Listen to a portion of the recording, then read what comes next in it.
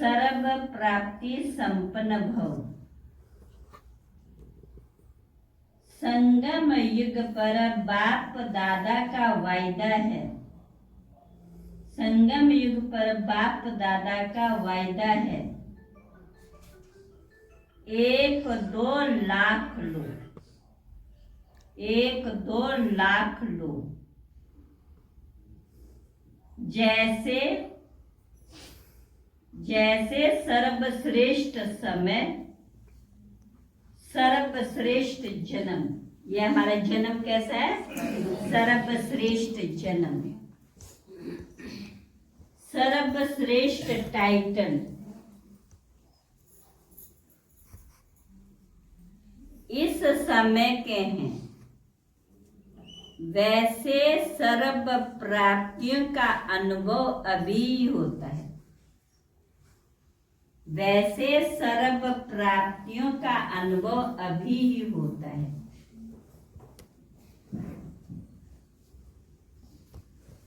अभी एक का सिर्फ लाख गुना नहीं, अभी एक का सिर्फ लाख गुना नहीं मिलता, लेकिन लाख गुना नहीं मिलता, लेकिन जब चाहो, जैसे चाहो, जब चाहो जैसे चाहो, जो चाहो, जो चाहो। बाप सर्वेंट रूप में बांधे हुए, बाप सर्वेंट रूप में बांधे हुए हैं, बंधे हुए, बांधे हुए हैं। एक का अनगिनत बार रिटर्न मिल जाता है, एक का अनगिनत बार रिटर्न मिल जाता है, क्योंकि वर्तमान समय वरदाता ही आपका है। क्योंकि वर्तमान समय वरदाता ही आपका है।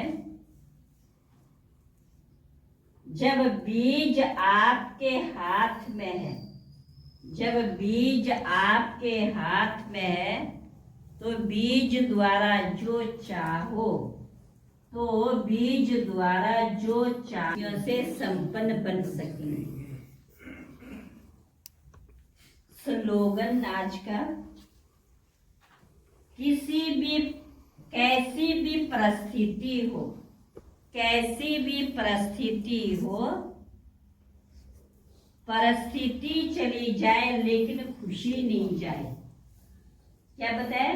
परिस्थिति चली जाए है, लेकिन खुशी नहीं जाए। हम क्या करते हैं? खुशी चली जाती है तो फिर परिस्थिति हमारे पास ही रह जाती है। शिव शंकर भाई क्या है? खुशी चली जाती है तो फिर क्या है? परिस्थिति हमारे पास। अब क्या करना है? कैसी भी परिस्थिति है, हमें अपनी खुशी तो हमारी अपनी ओरिजिनल क्या है? प्रॉपर्टी है, वो कैसे जा सकती? अव्यक्तिशाली, एकता और एकाग्रता, एकता और एकाग्रता, ये दोनों श्रेष्ठ भूजाएं हैं। कार्य करने के सफलता की एकाग्रता अर्थात सदा, एकाग्रता अर्थात सदा निर्व्यर्थ संकल्प, निर्व्यर्थ संकल्प, निर्विकल्प। जहां एकता और एकाग्रता है, जहां एकता एकाग्रता है, वहां सफलता गले का हार है। वहां पर क्या है? सफलता। वरदाता को एक शब्द प्यारा है, वरदाता को एक शब्द प्यारा है, एक व्रता, एक व्रता, एक बल एक भरोसा, एक बल एक भरोसा। ना और कोई व्यक्ति, ना दैवम का रस, ऐसे ही एकता एकांत प्रिय, ऐसे ही एकता एकांत प्रिय। अच्छा, ओम शांति। मैं 7 साल से जुड़ी हुई थी बाबा से, लेकिन मेरा योग ही नहीं लगता था। मैंने हमारे आत्मा भाई अनिल जी हैं, मैंने उनसे पूछा मेरा तो योग ही नहीं लगता। उन्होंने बोला जाकर शिव बाबा की तरफ देखा करो, लग जाएगा। फिर मैंने जनवरी का तुम ब्रह्मा बाबा की आंखों में देखा करो। मेरा फिर भी योग नहीं लगा। मेरे को बड़ी अशांति सी थी, इसीलिए मेरा आना भी छूट जाता था और मैं बीमार भी रहने लगी। हम इधर से दीदी ने अचानक से प्रोग्राम बना दिया, उन्होंने बोला अचानक लॉटरी मिली है और आती बार इनके जो है ना क्लियर भी टिकट नहीं होती, और ऊपर जो है ना वो दोनों भाई आए नहीं वापिस, और हमारे सब आराम से आ गए। ये है बाबा। फिर इधर से जा रहे थे तो दीदी ने ट्रेन में बोला तुम्हारा शरीर बहुत बीमार रहता है, तुम शांति से जाओगी ना अपने शरीर के लिए, बाबा से प्रार्थना करना, सही रहोगी। बस मेरे को तो लेकिन एक ही चीज लेनी थी, मेरे को शरीर का भी नहीं लेना था। मेरे को तो ये था मैं बाबा से जुड़ रहा हूँ, बस इसी तरीके से। फिर हम अमृत वेले उठे, वहाँ इतना शांत माहौल था कि सुबह मतलब कोई किसी को आवाज से भी नहीं उठाता था। हमारी पूनम दीदी थी, बस वो ऐसे करके करती थी और हम उठ जाते थे। और जब हम चलते थे सुबह को बिल्कुल साइलेंस, ऐसे लगता था सच में हम फरिश्ते चल रहे हैं। अमृत वेले जाके मैं 29 तारीख को बैठ गई, लेकिन मेरा फिर भी योग नहीं लगा। फिर तो बस ऐसे लगने लगा कि हाँ अब कुछ मिल गया मुझे। आत्मा का है ना वो, परमात्मा का है। फिर मैं 30 तारीख को अमृत वेले जाके बैठी, मुझे ऐसे लगा जैसे मेरे से कोई अलौकिक शक्ति जुड़ गई है। फिर मेरे को ये लगा जो मैं यहाँ लेने आई थी वो मुझे मिल गया। सुना? हाँ, और फिर उसके बाद जैसी मैं किसी की बातों में आती थी, एक दूसरे से बात करती थी, तो ऐसे लगता था बाबा की शक्ति मेरे पास से चलेगी। फिर शांत रहना थोड़ा शुरू किया, रहना मुझसे। और मेरे शरीर में इतना दर्द होता था, मैं यहाँ पे बैठ भी नहीं पाती थी। और वहां मैं बाबा मिलन वाले दिन 4 घंटे बैठ गई। सामान कैसे उठाएंगे इतना सारा। ब्रजेश दीदी थी, नीतू दीदी की माता जी हमारे साथ। बाबा ने बोला कोई बात नहीं, 3 पंख लगा के जा रहा है एक बच्चा, सब उसी पे चले जाओगे। बाबा उन्हीं पंखों पे उड़ा के ले आया।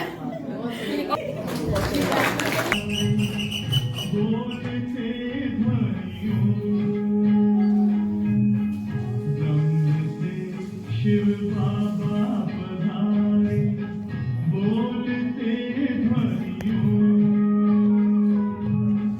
ब्रह्ममुख से मधुर वाणी, बोलते भरियों, ब्रह्म से शिव बाबा पधारे।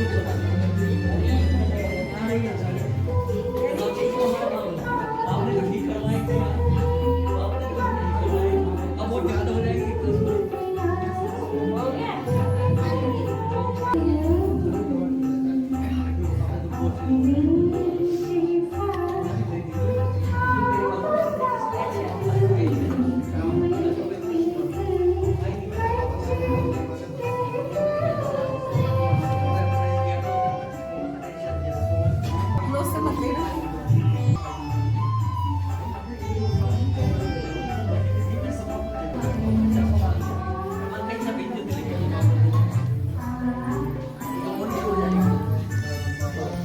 डिस्कस करते थोड़ा